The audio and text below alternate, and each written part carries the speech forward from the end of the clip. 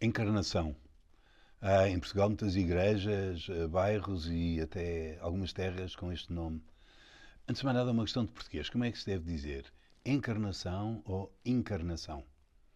Bem, são sinónimos, mas a forma correta é com E. Encarnação. O que é que significa encarnação etimologicamente? Significa tomar carne, fazer-se carne. Ou seja, encarnar é dar corpo, dar forma física concreta a algo que antes era mais abstrato ou imaterial. Não se utiliza só na linguagem religiosa, embora é daí que provenha a palavra, utiliza-se também noutros contextos. Por exemplo, a Sónia encarna o ideal da dona de casa perfeita, por exemplo. Que significa encarnação em linguagem religiosa, em linguagem cristã? Encarnação é o ato pelo qual a segunda pessoa da Santíssima Trindade se fez homem. Em Jesus de Nazaré. Segunda pessoa da Santíssima Trindade, Deus Filho, que existe desde sempre, com Deus Pai e com o Espírito Santo, em determinado momento da história humana, encarna, faz-se homem, nasce, bebê, em Nazaré. Filho de Maria, por ação do Espírito Santo. É uma das verdades principais da nossa fé e completamente específica do cristianismo. Não encontramos noutras religiões. No credo dizemos, por nós homens e para a nossa salvação, desceu dos céus e encarnou pelo Espírito Santo no seio da Virgem Maria e se fez homem. Na Bíblia, logo, São João, no início, no primeiro capítulo, no seu prólogo, e o Verbo fez-se homem e veio habitar entre nós. Este mistério da encarnação, esta verdade da encarnação, nós celebramos-la todos os anos, quando? Na festa do Natal. Natal significa nascimento, não é? Na festa do Natal, que não é, em primeiro lugar, a festa das famílias, embora também, que não é, em primeiro lugar, a festa da paz mundial, também, mas é, de facto, a festa da encarnação, a festa de um Deus que se faz homem e vem nascer entre nós. 3 observações importantes acerca da encarnação.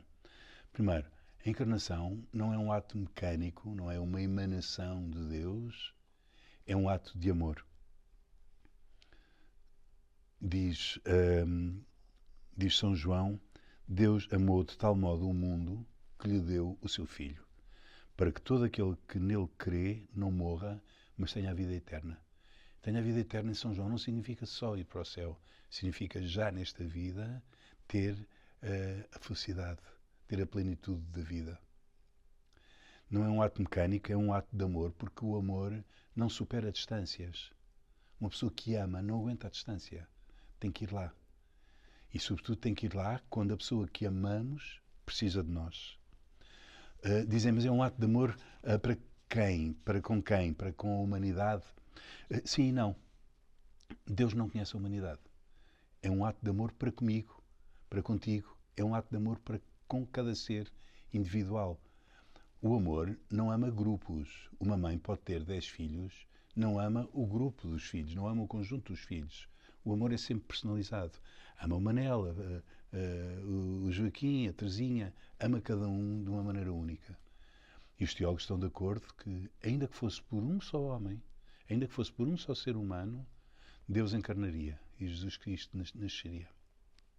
Segundo, temos de ter consciência de que a encarnação é uma descida vertiginosa de Deus.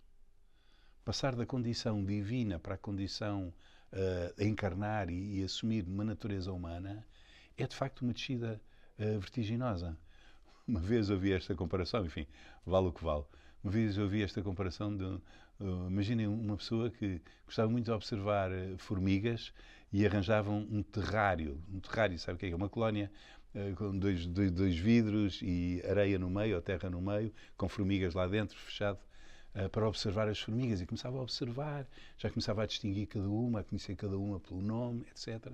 E um dia decidia, vou fazer-me formiga, vou viver com elas.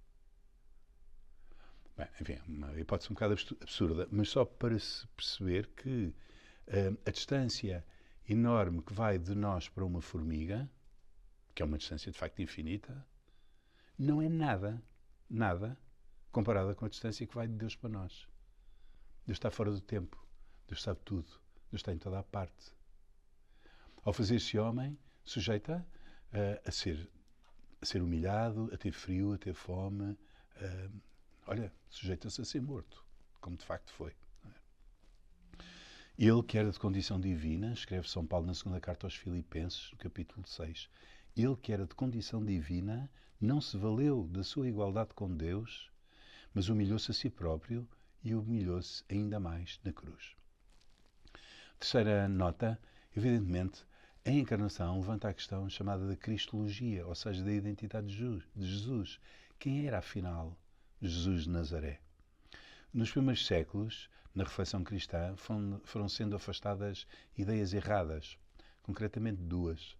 A primeira a ideia errada, que Jesus parecia homem, mas não era. Parecia um ser humano, mas não era. Era um Deus, digamos, mascarado de ser humano, disfarçado de ser humano. Parecia que sofria, mas não sofria. Parecia que tinha fome, não tinha fome. Parecia que não sabia tudo, mas sim, claro que sabia tudo. Parecia que não podia estar em dois sítios ao mesmo tempo, mas podia estar em dois sítios ao mesmo tempo. Esta ideia, esta corrente de pensamento chamada docetismo, parecer, foi afastada como errada. Não é verdade, é mentira.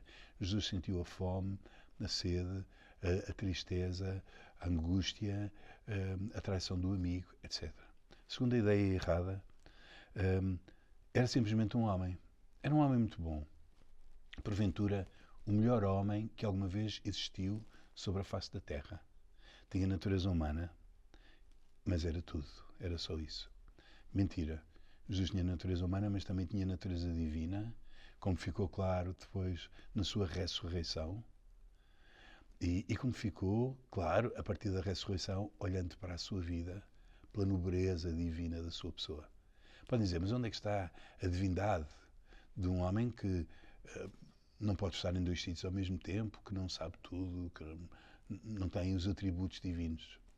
Bem, tem o atributo essencial da divindade. Deus é amor.